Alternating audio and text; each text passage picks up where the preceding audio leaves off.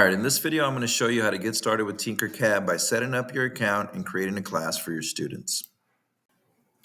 All right, first you want to type in tinkercad.com and go there. Once you're there, you're going to go to sign up.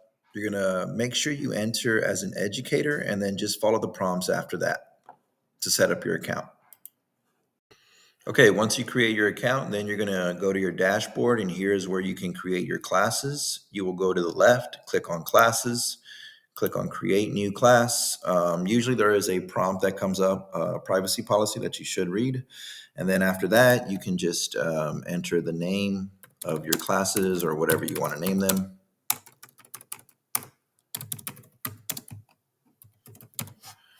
You can choose the grade level and choose the subject.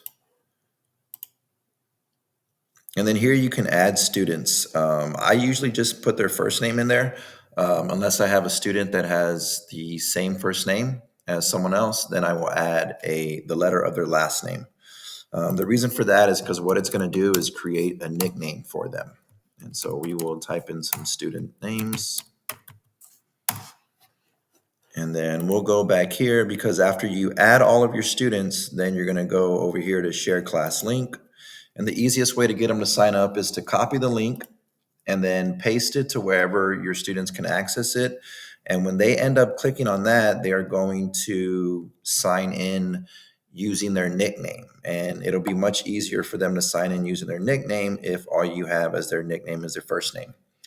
I have also learned that it'll create the same nickname as long for a student that has the same name as another, but they are in a different class. So let's say the student's name is John and you have another John. As long as you give them the correct link to their class, those accounts will not get mixed up. And that's pretty much it for signing up your class.